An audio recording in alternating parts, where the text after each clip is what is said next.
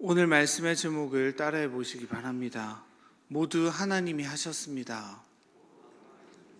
모두 하나님이 하셨습니다. 제가 전에 교회에 있을 때 한 집사님 부부가 있었습니다. 그 집사님 부부는 무려 8남매를 키우고 계셨는데요. 너무 많은 자녀를 키우고 계셔서 그 남자 집사님께 여쭤봤습니다. 집사님, 이렇게 많은 자녀들을 키우시느라 힘들지 않으셨습니까? 이렇게 질문했더니 그 남자 집사님께서 아닙니다. 다 하나님이 하셨습니다. 하나님께서 여기까지 키워주셨습니다. 이렇게 말씀하시는데요. 옆에 듣고 있던 여집사님이 당신은 얼마나 힘든지 모르니까 그런 소리를 한다고, 얼마나 내가 힘들었는데 그런 소리를 그렇게 쉽게 할 수 있냐고 핀잔을 주신 적이 있습니다. 그 일이 기억나는데요. 하나님이 물론 했다고 인정하지만 자신도 그 자녀를 키우는데 많은 동조를 했다. 낳고 키우는 일이 결코 쉽지 않았다라고 말씀하고 싶으셨던 것 같습니다. 우리가 살아가면서 모두 인생을 돌아볼 때요, 다 하나님이 하셨습니다. 하나님이 우리를 여기까지 인도해 주셨는데요, 사실 우리 내면에는 그런 생각이 있는 것 같습니다. 하나님이 다 해주셨지만 나도 어느 정도 열심히 했다. 나도 어느 정도 그 일에 동조했다.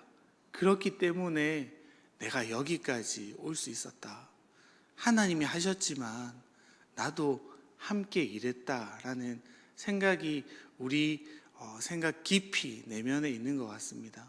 그래서요, 모든 영광을 하나님께 올려드리는 게 결코 쉬운 일만은 아닌 것 같습니다. 오늘 본문에서 이스라엘 백성들은요, 풍요의 땅으로 들어가게 됩니다. 그리고 그 땅은 하나님께서 그들을 보호하시고 인도하시고 강하게 하셔서 결국 그 이스라엘 땅을 선물로 이스라엘 백성들에게 주신 그 가나안 땅인데요, 이스라엘 백성들이 그곳에서 하나님의 약속의 땅에서 하나님을 잘 섬기는 것이 아니라 오히려 하나님을 떠나버리고 하나님을 배반하게 될 것에 대한 하나님의 진노 이후에 나타나는 모세의 노래입니다. 오늘 본문을 자세히 살펴보면요, 이스라엘 백성들 내면에 어떠한 생각이 있었는지, 그리고 우리 안에 동일한 마음이 있진 않은지 살펴볼 수 있을 것 같습니다. 하나님은 약속의 땅을 허락하셨습니다. 풍요로운 그 땅에 살게 될 이스라엘 백성들은요, 결국 그 풍요로움에 취해 하나님을 저버리게 됩니다. 하나님은 이스라엘을 한순간도 저버리지 않으시고 보호해 오셨습니다. 그리고 그 땅으로 들어가게 되었는데요, 이스라엘은 계속해서 불평과 불만, 그리고 그곳에서 결국 하나님이 아니라 우상을 섬기게 됩니다. 그들은 그 땅의 풍요로움에 취해서 결국 하나님을 잊어버리게 되고 마는 겁니다. 여기까지 인도해 주신 하나님의 섭리가, 하나님의 약속이, 하나님의 이끄심이 있었지만 그들의 내면 속에는 분명히 이런 생각이 있었을 겁니다. 하나님이 인도해 주셨지만 결국 전쟁으로 이 땅을 차지한 것은 우리의 노력이다. 그렇기 때문에요, 이스라엘 백성들은 그 땅에 살아가는 것이 완전한 하나님의 선물인 것임을 잊어버리고 살아가게 됩니다. 자신의 노력 때문에, 자신의 공로 때문에, 자신의 의 때문에 자신들이 가나안 땅에 살아갈 수 있게 되었다고 생각한 이스라엘 백성들은요, 결국 하나님이 주신 선물임을 잊어버리고 살아가는 겁니다. 우리의 삶 역시 그럴 때가 많지 않습니까? 처음에 하나님께서 우리가 간절히 기도하며 하나님의 응답, 하나님의 선물을 받게 되는데요, 처음 받을 때는 그걸 너무 감사하게 여깁니다. 처음 받았을 때는 그 기도의 응답에 감격하게 되는데요, 조금 시간이 지나서 우리는 이렇게 고백할 때가 있습니다. 내가 이렇게나 기도했기 때문에 하나님이 주신 것 아닌가? 내가 이렇게나 열심히 노력했기 때문에 하나님이 주신 것이다. 언젠가부터요, 주체가 바뀌어버리는 겁니다. 하나님이 전적으로 주셨음에도 불구하고요, 우리는 우리의 기도 때문에, 우리의 노력 때문에 그것이 나에게 당연히 와야 될 것처럼 생각하게 됩니다. 그 주체가 하나님에서 나로 바뀌는 순간요, 우리는 타락을 경험하게 됩니다. 이스라엘 백성들, 특별히 바리새인과 서기관들이 왜 주님을 배척할 수밖에 없었습니까? 그들의 마음 깊이 있었던 구원의 첫 번째 장치가 무엇이었습니까? 바로 자신들이 율법을 지킴이었습니다. 그래서 주님의 등장하시고 주님께서 선포하신 그 믿음으로 말미암아 구원을 얻을 것이라는 그 말씀이 그들에게 불편했던 것처럼요, 우리는 주님의 선물이 자신의 노력으로, 자신의 공로로 당연히 왔다라고 생각할 때가 많이 있습니다.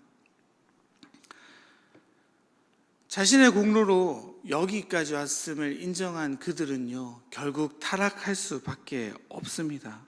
왜냐하면요, 우리의 타락의 첫 번째 근거는 바로 하나님을 의지하지 않고 자신을 의지함에 있기 때문입니다.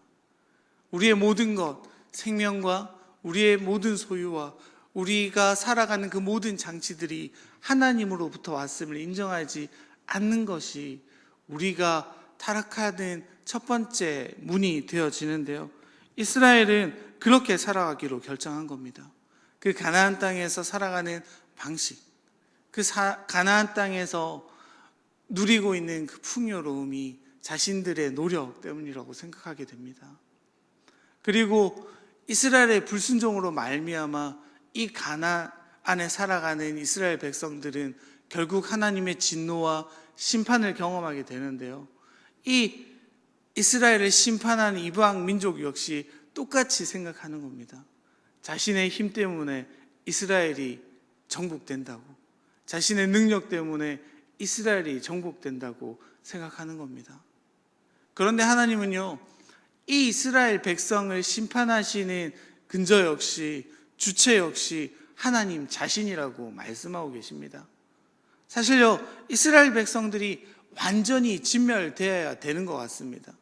하나님께서 주신 선물들이 그들은 거부하고 거절하고 특히 하나님까지도 저버리게 된 이 이스라엘 백성들을요, 하나님이 완전히 멸절시키지는 않으시는 거예요. 그런데 이스라엘 백성들은 완전히 멸망되지 않는 이유도 자신에게서 찾습니다. 우리가 율법을 가진 민족이어서, 우리가 선민이기 때문에, 우리가 하나님 앞에 어떻게 했기 때문에 하나님이 우리를 남겨두시는 것이 아닌가라고 생각됩니다. 우리도 그렇게 하지 않습니까? 우리가 죄를 짓습니다. 하나님을 떠나삽니다. 하지만 하나님이 우리를 결국 심판하지 않으시는 것은 우리가 옛날에 헌신했기 때문에, 우리가 믿음의 가정이기 때문에, 내가 세례받았기 때문에, 막연하게나마 나는 하나님께 선택받은 백성이기 때문에 그렇지 않은가라고 생각할 때가 많이 있습니다. 그런데 오늘 말씀에서 하나님은 그렇지 않다라고 강력하게 이스라엘 백성들에게 말씀하고 계신 겁니다. 26절, 27절 말씀인데요, 이 말씀을 새 번역으로 보면 훨씬 쉽게 이해할 수 있습니다. 제가 읽어드리겠습니다. 본래는 내가 나의 백성을 다 흩어버려서 아무도 그들을 기억할 수 없게 하려고 하였으나 그렇게까지는 하지 않았으니 원수들이 자랑하는 것을 참아볼 수 없기 때문이다. 나 주가 내 백성을 징벌할 것인데도 원수들은 마치 저희의 힘으로 내 백성을 패배시킨 것처럼 자랑할 터이니 그 꼴이 보기 싫어서 내가 내 백성을 전멸시키지는 않았다. 이스라엘이 완전히 멸망당하지 않은 것은요, 이스라엘의 어떠함 때문이 아닌 겁니다. 하나님의 눈에 그들이 특별하기 때문이 아닙니다. 우리는 이 하나님의 말씀을 통해서 알 수 있게 됩니다. 우리에게 특별함이 없다는 걸요. 우리에게 어떠한 하나님으로부터 구원받을 조건이 없다는 걸 알게 됩니다. 하나님은 단순히 하나님께서 오해 당하시는 것이 싫으신 겁니다. 하나님의 이름이 더럽혀지시는 걸 견딜 수 없기 때문입니다. 우리는 우리에게 이유가 있다고 생각하지만 하나님은 하나님께 이유가 있다고 말씀하시는 겁니다. 하나님이 이스라엘을 멸망시키지 않으시는 것은요, 이스라엘 때문이 아닙니다. 우리 때문이 아니라 하나님 자신 때문이신 겁니다. 우리는 어떤 존재입니까? 28절 이후로부터 보면 그런 설명이 나타납니다. 모략이 없다, 지혜가 없다, 분별력도 없는 백성이다. 분별력이 없으니까요, 무엇이 맞고 무엇이 틀린지도 알지 못합니다. 그저 가나안 땅의 달콤한 열매와 이방 문화에 눈이 뒤집혀서 그냥 그대로 살아가는 것이 이스라엘 백성의 모습입니다. 세상의 방식에 너무 익숙해져서 하나님의 방식과 하나님의 은혜를 잊어버리고 살아갑니다. 이스라엘을 심판하는 이방 민족 역시 마찬가지입니다. 자신들의 능력으로 이스라엘을 심판했다고 착각하는 거예요. 그 역사에서 자신의 역할들은 그저 막대기에 불과할 뿐인데도 그들은 자신의 능력, 자신의 어떠한 힘 때문에 이스라엘 백성들을 심판했다라고 착각하는 겁니다. 우리의 삶 역시 이 이스라엘 백성 그리고 이방 백성들과 다를 바가 없습니다. 구원의 여건 속에 우리의 공로가 어느 정도 있다고 생각합니다. 우리의 삶의 방식에서 여기까지 인도해 온 것이 나의 공로가 어느 정도는 있다라고 믿습니다. 그런데 하나님은 그렇지 않다라고 말씀해 주시는 거예요. 우리의 삶을 온전히 인도하신 분은 하나님이시며 인간의 역사, 이 세상의 역사 이면에서 주관하시는 분이 바로 하나님 자신이라고 계속해서 말씀해 주고 계시는 겁니다. 오히려 하나님은요, 열방의 민족의 하나님을 향한 오해와 악평, 하나님의 이름의 영광을 훼손시키는 것이 이스라엘 백성을 심판하는 데 결정적인 중요한 자리를 차지하게 됩니다. 하나님은요, 죄를 심판하셔야 하지만 하나님의 거룩한 이름을 보존하시기 위해 이스라엘을 제거하시는 심판을 포기하시는 겁니다. 하나님의 이름의 영광을 위해서 하나님은 이스라엘이 스스로 죄를 이길 수 있도록 돕기로 결정하시는 겁니다. 그래서 하나님은 그 심판 속에서 하나님의 공의와 하나님의 자비를 동시에 보여주고 계십니다. 이 하나님의 공의와 자비를 드러내시기 위해서 하나님은 바로 예수 그리스도를 우리에게 보내주셔서 인간의 모든 죄를 하나님 스스로 끌어안고 해결해 주시는 겁니다. 우리는요, 하나님께 온전히 기댈 수밖에 없는 존재입니다. 우리의 구원에, 우리의 삶에 우리의 공로가 있다라고 착각하지만 사실 우리의 공로는, 우리의 힘은 아무것도 존재할 수 없습니다. 세상은 사람들을 의지합니다. 세상은요, 자신들의 힘을 의지합니다. 성전 미문에 앉아있던 안진뱅이는 그 사람들의 의지에서 그들을 통해 먹고 살기로 결정합니다. 자신들에게 다가왔던 베드로와 요한을 바라봅니다. 한 푼 얻기 위해서입니다. 오늘 하루를 살아가기 위해서입니다. 자신의 불편한 다리 때문에, 자신의 불편한 몸 때문에 오늘 하루 살아가기를 바라는데요. 그때 베드로의 고백이 무엇입니까? 은과 금은 내게 없거니와 내게 있는 것으로 내게 주노니 주 예수 그리스도의 이름으로 일어나 걸으라 라고 선언하는 겁니다. 우리의 삶의 모습이 이와 같아야 합니다. 우리 그리스도인에게 없어야 하는 것이 있는데요, 그것이 바로 세상이 가지고 있는 힘입니다.